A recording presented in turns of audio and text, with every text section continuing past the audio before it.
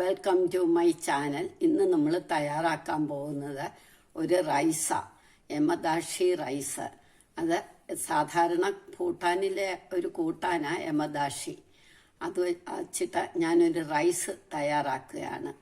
അതെങ്ങനെയാണെന്ന് നമുക്ക് നോക്കാം. ആദ്യം നമുക്ക് അരി വേവിക്കണം. അതൊരു പകുതി വേവേ ആകാവുള്ളൂ.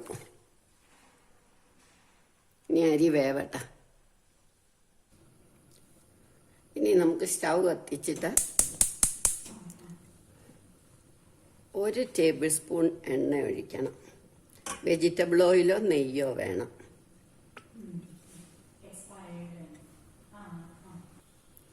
എന്നിട്ട് നമ്മൾ സ്ലൈസ് ചെയ്ത പൊട്ടറ്റോ ഇതേമാതിരി കനം കുറച്ചരിയണം. ഇത് ഇതിനകത്തേക്ക് വെക്കാം.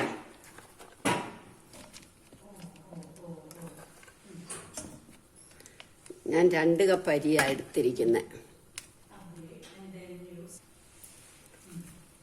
സവാള നീളത്തി അരിഞ്ഞത്,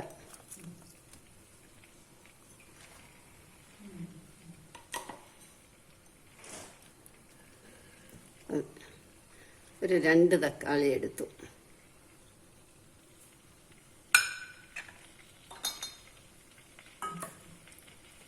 ഇനി നമുക്ക് നല്ല എരി വേണം. അതുകൊണ്ട് പച്ചമുളക് ഞാൻ 10 എണ്ണം എടുത്തിട്ടുണ്ട്. ഇങ്ങനെ കീറിയിടണം.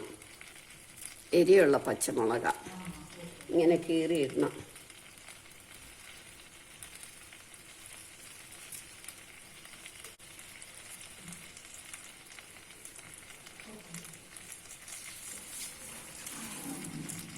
എല്ലാവരും എൻ്റെ ചാനലൊന്ന് സബ്സ്ക്രൈബ് ചെയ്യണം. തൊട്ടടുത്തുള്ള ബെല്ലൈക്കൺ ക്ലിക്ക് ചെയ്യണം. അതിൽ ഓൾ എന്നുള്ള ഓപ്ഷൻ വേണം ക്ലിക്ക് ചെയ്യാൻ.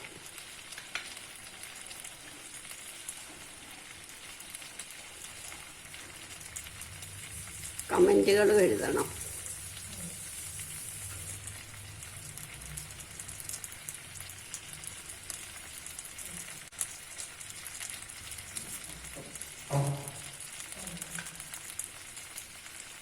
വളരെ നല്ല റൈസാണ്. നമുക്ക് 10 മിനിറ്റ് കൊണ്ട് വെക്കാനും പറ്റും. ഇനി നമുക്ക് ഉപ്പിടണം. റൈസിനൂടെ ചേർത്തുള്ള ഉപ്പാണ് ഞാൻ ഇടുന്നത്.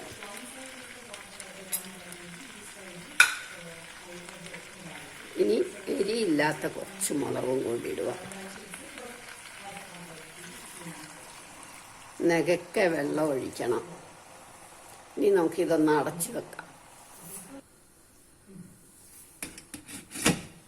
ഇത് വേവട്ടെ. ഒരു 5 മിനിറ്റ് തിളയ്ക്കുമ്പോൾ നമ്മുടെ പൊട്ടറ്റോ ഒക്കെ ഒരു ഹാഫ് കുക്കാവും, ട്രാൻസ്പെറൻ്റ് ആവും. അപ്പോഴത്തേക്ക് നമ്മളുടെ അരി പകുതി വെന്തു. അതും കൂടി ഇതിനകത്തേക്ക് ഇടാം.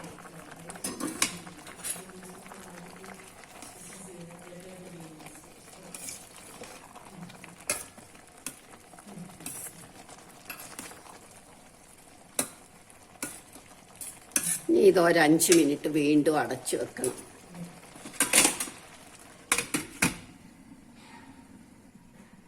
അഞ്ച് മിനിറ്റ് ആകുമ്പോൾ നമുക്കിത് തുറക്കാം. ഇതിനകത്തേക്ക് നമ്മൾ 1 കപ്പ് പാലൊഴിക്കും. അത് കഴിഞ്ഞ് നമ്മളുടെ സ്ലൈസ് ചീസ് വെക്കണം.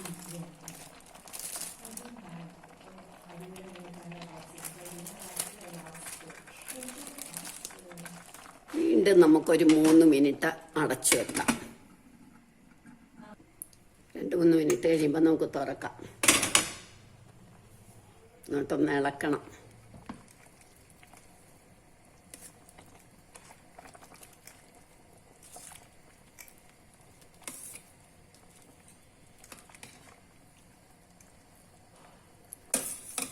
ഇനിയൊരു 5 മിനിറ്റ് ഇങ്ങനെ ഇരിക്കട്ടെ.